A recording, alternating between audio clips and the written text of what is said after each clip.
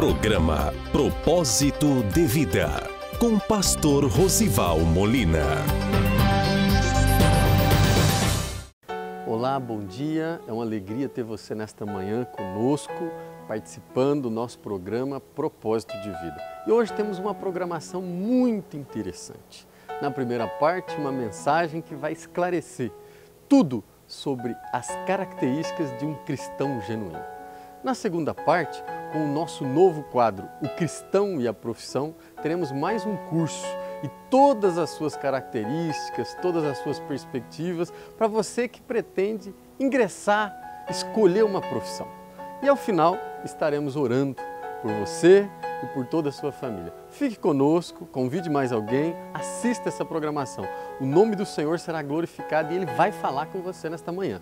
Assista essa programação.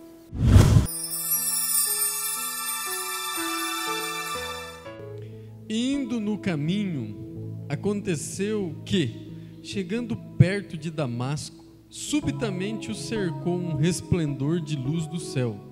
E caindo em terra, ouviu uma voz que lhe dizia: Saulo, Saulo, por que me persegues? E ele disse: Quem é, Senhor? E disse o Senhor: Eu sou Jesus, a quem tu persegues. Duro é para ti recalcitrar contra os aguilhões. E ele, tremendo e atônito, disse: Senhor, que queres que eu te faça?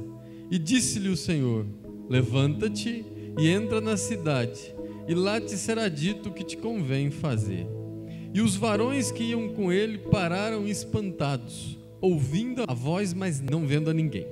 E Saulo levantou-se da terra e, abrindo os olhos, não via ninguém, e guiando-o pela mão, o conduziram a Damasco. Esteve 3 dias sem ver, e não comeu e nem bebeu. E havia em Damasco um certo discípulo chamado Ananias, e disse-lhe o Senhor em visão: Ananias, e ele respondeu: Eis-me aqui, Senhor. E disse-lhe o Senhor: Levanta-te e vai à rua chamada Direita, e pergunta em casa de Judas por um homem de Tarso chamado Saulo, pois eis que ele está orando. E numa visão ele viu que entrava um homem chamado Ananias e punha sobre ele a mão para que tornasse a ver. E respondeu Ananias: Senhor, de muitos ouvi acerca deste homem, quantos males tem feito aos teus santos em Jerusalém. E aqui tem poder dos principais dos sacerdotes para prender a todos que invocam o teu nome. Disse-lhe, porém, o Senhor: Vai, porque este é para mim um vaso escolhido, para levar o meu nome diante dos gentios e dos reis e dos filhos de Israel. E eu lhe mostrarei quanto deve padecer pelo meu nome. E Ananias foi e entrou na casa, e impondo-lhe as mãos, disse: Irmão Saulo, o Senhor Jesus, que te apareceu num caminho por onde vinhas, me enviou para que te tornes a ver e seja cheio do Espírito Santo. E logo lhe caíram dos olhos como umas escamas, e recuperou a vista, e levantando-se foi batizado. Amém? Irmãos, esta é uma linda história narrada na Bíblia de um grande homem de Deus. Mas antes de se tornar um grande homem de Deus, ele foi um grande perseguidor dos cristãos. Os historiadores e a Bíblia confirmam que Saulo era um homem muito intelectual, um homem que era formado pela Universidade de Tarso, uma das maiores e melhores da época. Existia Atenas, existia outras faculdades, mas essa era uma das melhores universidades da época. A Bíblia também confirma que ele era judeu e fariseu, foi circuncidado no 8º dia, mas tinha também o privilégio da época da cidadania romana. Era um homem romano.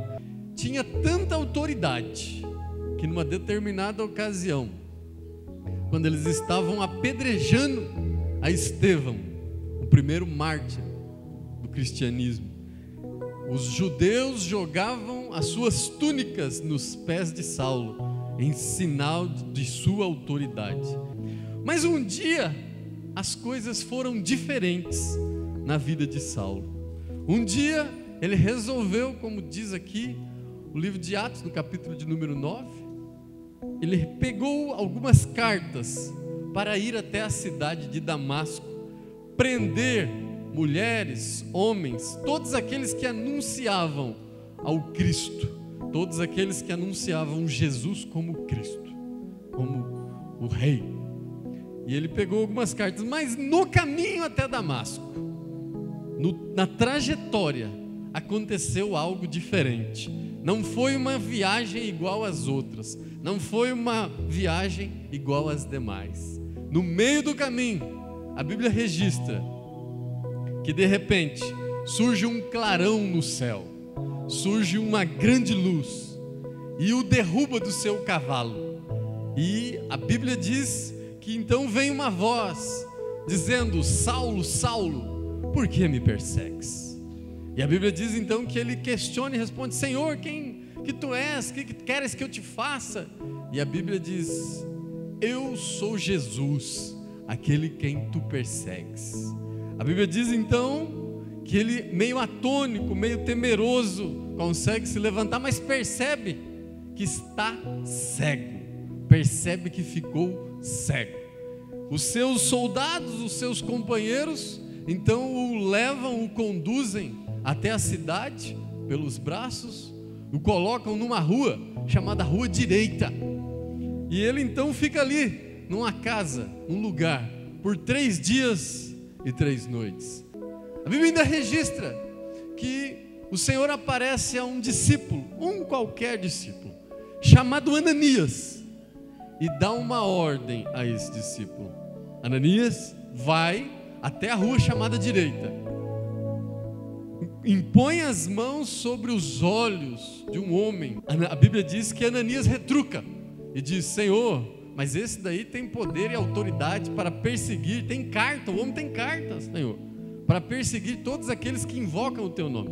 A Bíblia diz que o Senhor ainda retruca com Ananias e diz: vai, porque esse é para mim um vaso escolhido para pregar para reis, para profetas, para os gentios, e ele vai também saber o quanto padecer pelo meu nome. A Bíblia então registra que ele foi, impôs as mãos sobre Saulo, ele volta a ver e é cheio do Espírito Santo de Deus. Irmãos, essa história de Saulo não é muito diferente da nossa história. Essa história não é muito diferente. Todos nós temos dons, todos nós temos talentos, todos nós temos capacidades, todos nós temos algumas vocações, mas a principal estratégia do inimigo nos dias atuais, a principal estratégia do nosso adversário é que você não venha usar todos os seus dons, todos os seus talentos para o seu crescimento e para o crescimento do reino de Deus. É uma estratégia que ele vem usando ao longo dos dias e ao longo das famílias, para que você não desenvolva, para que você não prospere, para que você não cresça. Às vezes, a maior seta que o inimigo tem lançado nas nossas vidas é o espírito da dúvida. Será que eu devo ser cristão mesmo? Será que é isso que é o melhor para a minha vida? Será que eu devo seguir Jesus mesmo? Será que devo fazer isso?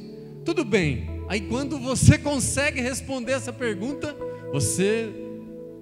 é interessante seguir Jesus, deve seguir Jesus. Aí vem uma segunda pergunta que ele lança: tudo bem, se eu for seguir Jesus, eu até acredito que é bom, mas seguindo ele, o que eu devo fazer? O que eu devo fazer lá na igreja? O que eu devo fazer para Jesus? O que eu devo fazer? E a resposta que eu te dou, e a Bíblia confirma: servir ao Senhor com toda a sua intensidade, servir ao Senhor com toda a sua força.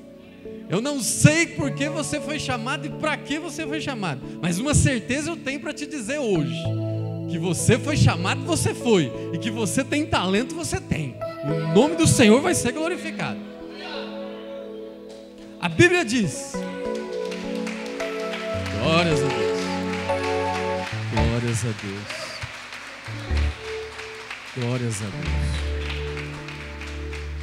Eu quero te dizer nessa noite, você é um escolhido de Deus. Deus escolheu você. Ah, pastor, mas a minha mãe e meu pai foi um caso tão complicado. Eu nasci, eu acho que eu sou um acidente de percurso. Eu acho que eu sou algo que fui concebido sem a vontade dos meus pais. Irmãos, a Bíblia diz no livro de Efésios: Deus te escolheu antes mesmo da fundação do mundo. Ele planejou tudo.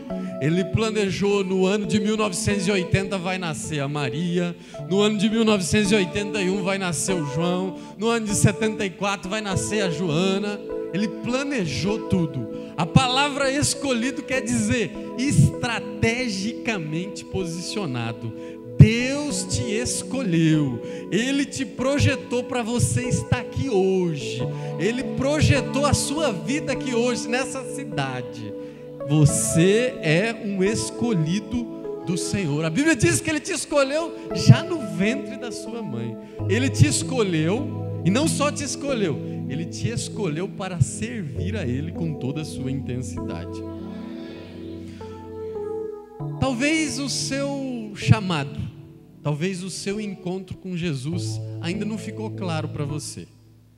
Mas eu quero te dizer, assim como aconteceu com Paulo, e se você está aqui neste lugar, é porque um dia o dedo de Deus apontou para a sua vida.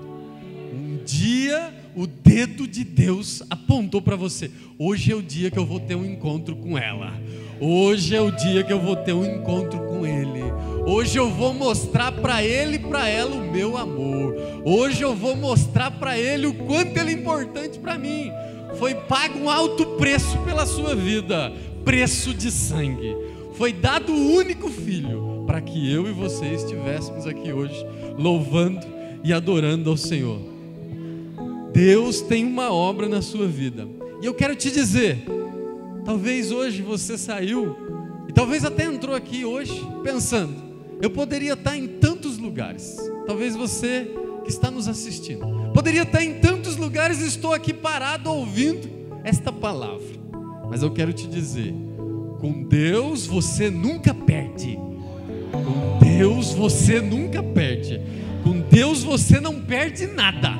Eu poderia dizer para você que Deus usa o tempo. Ele usa o teu passado. Ele usa as suas experiências. Ele usa a sua formação. Ele usa a sua competência. Ele usa as dores que você já viveu. Ele usa as amarguras que você já passou. Ele usa as lutas que você já teve. Ele usa o seu passado para definir o seu presente e para projetar o seu futuro. Mas para que você seja um cristão na sua plenitude, para que você seja alguém muito usado e muito ousado para Deus, é preciso você aprender algumas lições, para que os seus dons venham ser ampliados, para que os seus talentos venham ser ampliados. É necessário aprender algumas lições, e eu quero compartilhar com você hoje 4 lições. A primeira lição que você tem que saber, que você tem que colocar no seu coração, sempre que houver alguma mudança, sempre que houver qualquer coisa, primeira lição que você tem que guardar no seu coração é a seguinte: você não é nada e Jesus é tudo. Você não é nada. Você tem que lembrar disso. Várias ocasiões Jesus curou alguns paralíticos ao longo da história, mas um deles, aquele que foi descido pelo telhado, ajudado por 4 amigos, a Bíblia diz que Jesus o curou, mas depois de o curá-lo, fala assim: vá e pega a tua cama e vai para a tua casa. Por que, Senhor, pegar essa cama? Para que eu não preciso mais dela? Já era paralítico, agora eu estou andando. Para que você nunca se esqueça que você não é nada e Jesus é tudo. Para que você se lembre da onde que você veio. Para que você se lembre do que Jesus fez na sua vida. Você precisa saber que você é dependente de Deus. Você precisa saber que se não for assim, se não for desta maneira, você corre o risco de acontecer como aconteceu com Paulo. Se você deixar a soberba, se você deixar o orgulho, se você deixar o engano subir na sua cabeça, pode acontecer como aconteceu com Paulo. Pode ser que você caia do cavalo. Literalmente, Paulo caiu do cavalo. Não permita que essa mensagem saia do seu coração. Você não é nada, Jesus é tudo. Não deixe nem um momento a soberba e o orgulho se apoderar do seu coração. Perante Deus, irmãos, perante o Senhor, nós somos todos iguais. Perante o Senhor, o delegado e o ex-condenado são todos irmãos. Perante Deus, a empregada doméstica e a patroa são irmãs. Perante Deus, todos somos servos. Você sabia que Deus não tem neto? Todos são filhos. Ah, não, mas eu sou filho do pastor e já está garantido. Não, irmão, é preciso você conquistar a sua salvação. Deus não tem neto, todos são filhos, todos são iguais, todos possuem o mesmo direito. A vida não é um teatro que você tem que ensaiar para um dia entrar e se apresentar. Na vida você está vivendo. Portanto, faça o bem todos os dias aos teus semelhantes. A Bíblia diz no livro de Mateus, capítulo de número 25, verso de número 40: qualquer coisa que você fizer a um dos meus pequeninos, ao próprio Jesus você faz. Qualquer benefício, seja um copo d'água, que você servir aos meus pequeninos. Quando você ajuda um irmão, quando você ajuda uma irmã, você pode ser considerado filho de Deus. Você está ajudando, você está fazendo para o próprio Jesus. A Bíblia diz em Mateus 5:9: bem-aventurados os pacificadores, porque serão chamados filhos de Deus. Seja um pacificador nessa terra. Uma segunda lição, irmãos, uma segunda lição que nós vamos aprender nesse texto está no verso de número 9 a 11. Saulo aprendeu que Jesus é tudo e ele não era nada. Uma segunda lição, do verso 9 e 11, nós repetimos junto: consagração. Quer ser um cristão genuíno? Quer ser um cristão pleno? Consagração. A Bíblia diz que Saulo esteve 3 dias e 3 noites, estava orando e não comeu e nem bebeu. Isso para mim tem um outro nome hoje, chama jejum e oração. Jejum e oração. Era um homem convertido de 3 dias, mas jejum e oração nunca caiu de moda. Jejum e oração nunca caiu de prática. Se você quer ser um crente genuíno, se você quer ser um cristão na plenitude, pratique o jejum e a oração. Nessa vida, irmãos, a nossa luta são contra 3 coisas. Nós lutamos contra o inimigo das nossas almas, nós lutamos contra os pratos que o mundo apresenta, todas as suas seduções, e nós lutamos contra a nossa própria natureza. Nós lutamos contra a nossa carne, nós lutamos contra nós mesmos. Aliás, as maiores batalhas são travadas em nossa própria mente. A Bíblia diz lá no livro de Mateus, capítulo de número 17, verso de número 21. Existem algumas coisas que a fé resolve.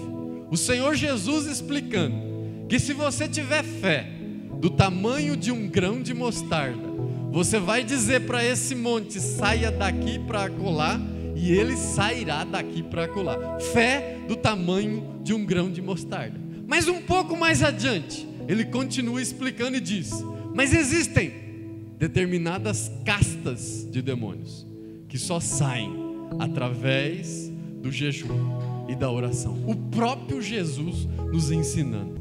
Uma terceira lição, irmãos, está no verso de número 15 e 16.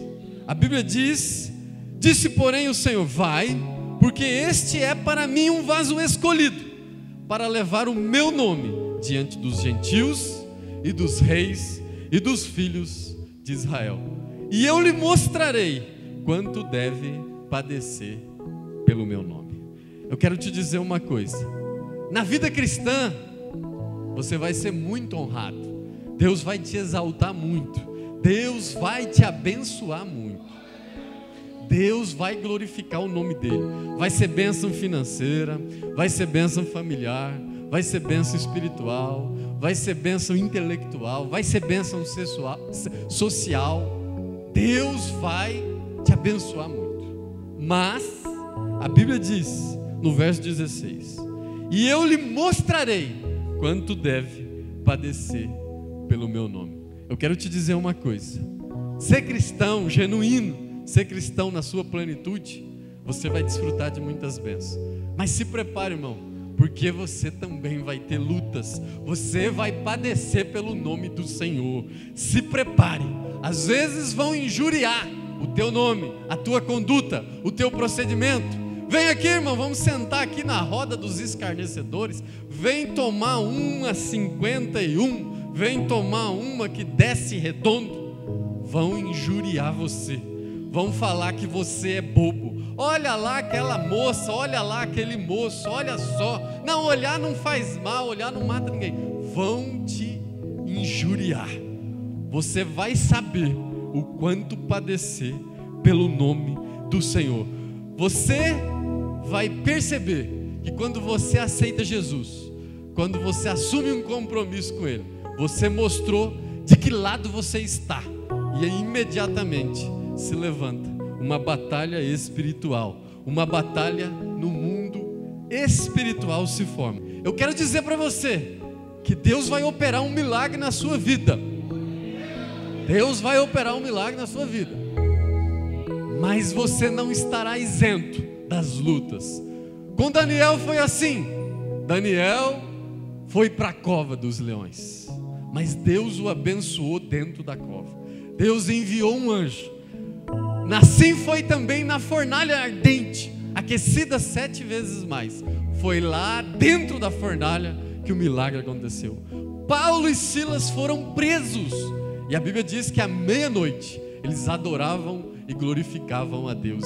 E houve um terremoto, toda a prisão foi aberta. Eu quero te dizer, com Jesus você não está isento de ir para a cova. Com Jesus você não está isento de ir para a fornalha. Com Jesus você não está isento de ir para a prisão. Mas é lá na fornalha, é lá na cova, é lá na prisão que Ele vai operar um milagre. Ele vai operar um milagre. Você vai me perguntar, mas pastor, por que Deus não nos livra da cova, mas Ele livra lá dentro da cova? Por que Deus não nos livra da fornalha, mas Ele livra dentro da fornalha? Por que Ele não livra desse aprisionamento financeiro, emocional, enfim, social, mas Ele livra lá no meio do aprisionamento? E eu te aponto algumas razões. Primeiro, para que os seus inimigos sejam derrotados. Todos os seus inimigos serão derrotados. Segundo, para o seu crescimento. Cada luta, cada fornalha, cada cova, cada aprisionamento, você vai crescer mais. Você vai ter mais experiência com o Senhor. E uma terceira razão, irmãos, para que o nome dele seja glorificado na sua vida. Quero falar uma última lição desse texto e fecho a minha palavra. Para que você seja um cristão genuíno, é preciso saber que Jesus é tudo, você não é nada. É preciso saber que é preciso praticar jejum e oração. É preciso também saber que você vai ter vitória, mas também vai ter luta, vai padecer pelo nome do Senhor. E por último, para que a bênção seja completa, para que a bênção seja plena, está aqui no verso de número 17. Precisamos saber que dependemos uns dos outros. Precisamos saber que a última lição é que o amor precisa estar presente em nossas vidas. Precisamos saber que o amor de Deus, aquele amor ágape, precisa estar entre nós. Assim como diz o Salmo de número 133, quão bom e quão formoso é que os irmãos vivam em união. A Bíblia diz que quando Ananias fez isso, quando Ananias foi lá ajudar a Paulo, impor as mãos sobre Paulo, a Bíblia diz que esse ato deixou Paulo cheio do Espírito Santo de Deus. Quando você fizer isso, as pessoas serão cheias do Espírito Santo de Deus.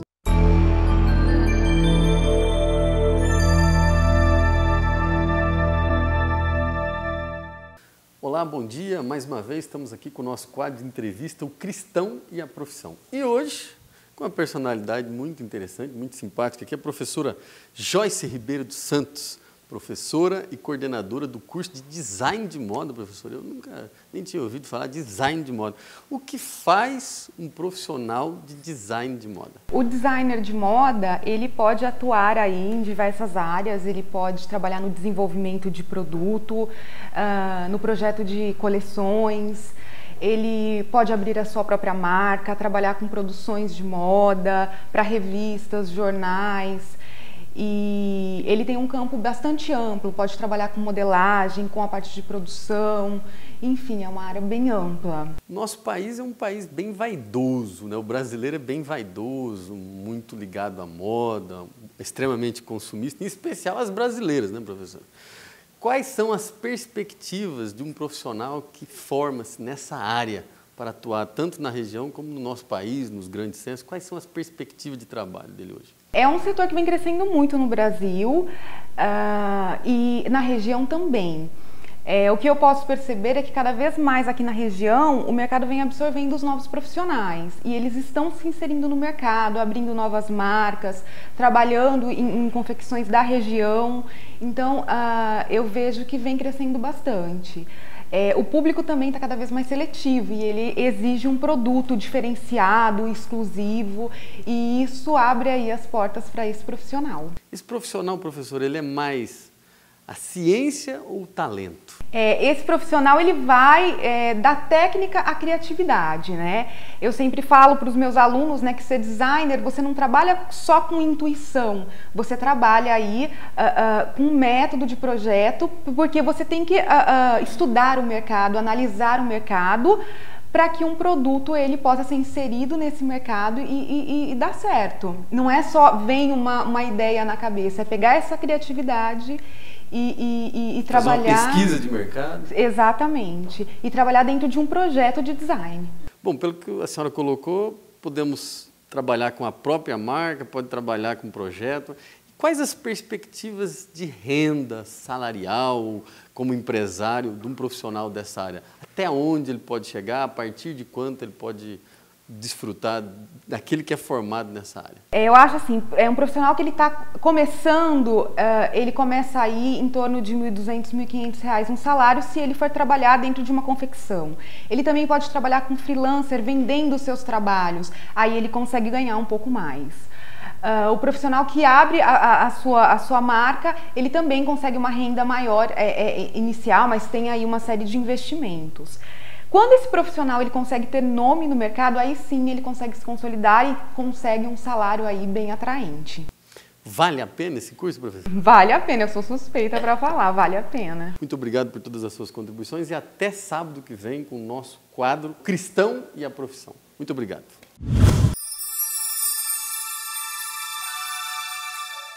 Eu tenho certeza que o Espírito Santo falou com você, através dessa mensagem, através de todas as participações. Mas eu gostaria hoje de fazer um convite especial para você. Hoje à noite, a partir das 20 horas, na Avenida Paulo Marcondes, 1447, nós teremos a nossa Santa Ceia do Senhor. Eu gostaria de te convidar a estar conosco, participando deste encontro. Eu tenho certeza que serão momentos agradáveis e o Espírito Santo vai operar naquele lugar. Avenida Paulo Marcondes, 1447. Você é nosso convidado. Gostaria também de convidar você agora a curvar a sua cabeça para juntos fazermos uma oração. Pai de poder, Pai de graça, eis aqui estas pessoas, Deus, eis aqui essas vidas, visita cada situação, visita cada causa, visita cada propósito, Pai. Opera o Teu milagre, nós sabemos que operando Tu, quem impedirá? Ó Deus, nós profetizamos na vida de cada família, de cada pai, de cada mãe, a Tua bênção, a Tua vitória. Entra com providência, Pai, manifesta a Tua glória, manifesta o Teu poder. Nós Te louvamos e Te glorificamos em nome de Jesus.